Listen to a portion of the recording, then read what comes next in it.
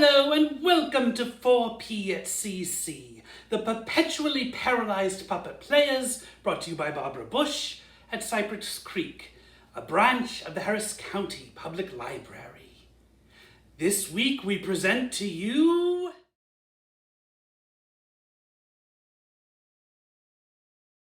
Behold, I am Ishtar, goddess of love, fertility, and war, queen of heaven.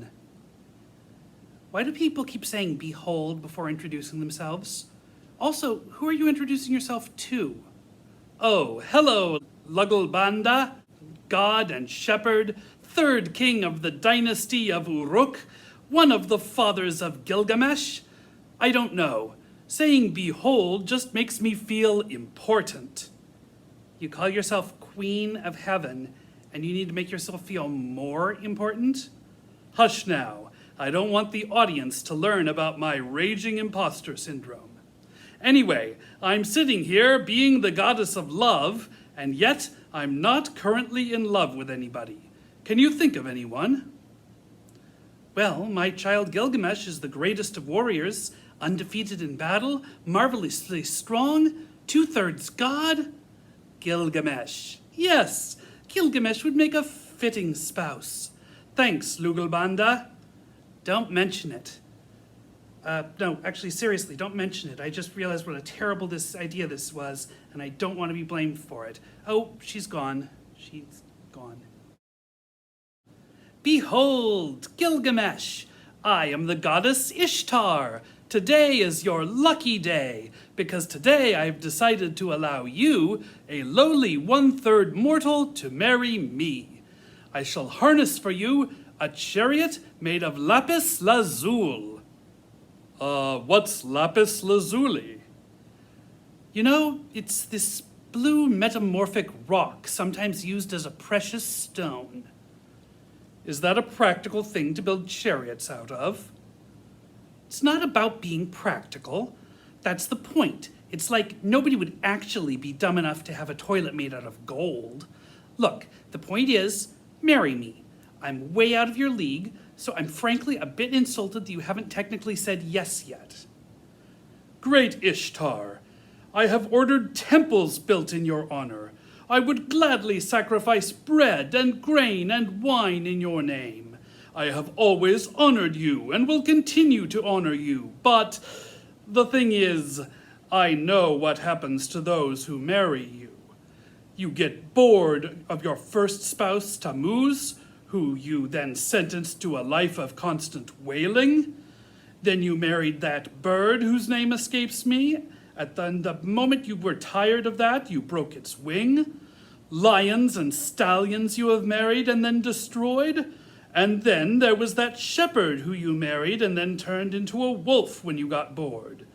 And the gardener Ishulanu, who you turned into a blind mole.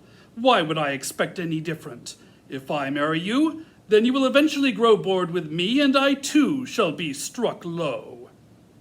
How dare you! You have not heard the last of me. Today you have earned an enemy among the gods. Behold! Hi, Dad. Behold, I am Anu, father of gods, god of the firmament. How are you doing? I am angry. Gilgamesh accused me of doing a lot of mean things. Did you do them? Well, yes, but that's not the point. I am mad at Gilgamesh, and I think Enlil is too, because Gilgamesh defeated Enlil's monster Humbaba back in Act 2. I want you to release the Bull of Heaven to go attack Gilgamesh. If I were to release the Bull of Heaven, then there would be 7 years of drought. Is there grain enough for people to eat and sufficient grass for the cows? Fine, I'll collect up grain for the people and grass for the cows. Okay then, I'll go ahead and release the bull. Oh dear me, the Bull of Heaven has been released. It will bring drought and death. We must stop it, Gilgamesh. How do you know that the Bull of Heaven has been released? Because they just announced it in the last scene. Weren't you paying attention? I was too busy looking at myself in the mirror. I'm nicer to the people now, but I'm still very vain. I bet you think the Epic of Gilgamesh is about you. Well, it is called the Epic of Gilgamesh. Touché. But we cannot defeat this bull of heaven. It wins ties and needs only win one match out of 3. You would have to defeat it in all 3 challenges or be destroyed. Even the great Gilgamesh could not do that. I fear no man nor beast. Ha! And that is why you shall fail. Destroy them, bull of heaven! Ready? Fight! We have both thrown rock, and the bull of heaven wins ties, and must only win one of the 3, so I have been defeated? The battle is not over, because I am here. No, I have already failed. Do not throw yourself away on a lost cause. The cause is not lost. Come at me, O bull of heaven! Ha ha! 1 victory for me! 2 victories, but I must not grow overconfident. The bull of heaven only needs to win this one last time. Ha ha! Paper covers rock! I have won all 3 challenges and defeated the bull of heaven! How? How did you defeat the bull of heaven? I realized the one advantage that we had, even against such a creature. And what was that? It is a bull. Well, duh. No opposable thumbs or fingers, only hooves. So it couldn't use fingers to form paper or scissors.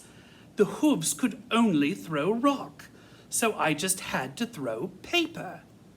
Truly, my friend, my brother, you are a man of wisdom. This makes me even more angry. Behold, Dad, Gilgamesh killed my ball.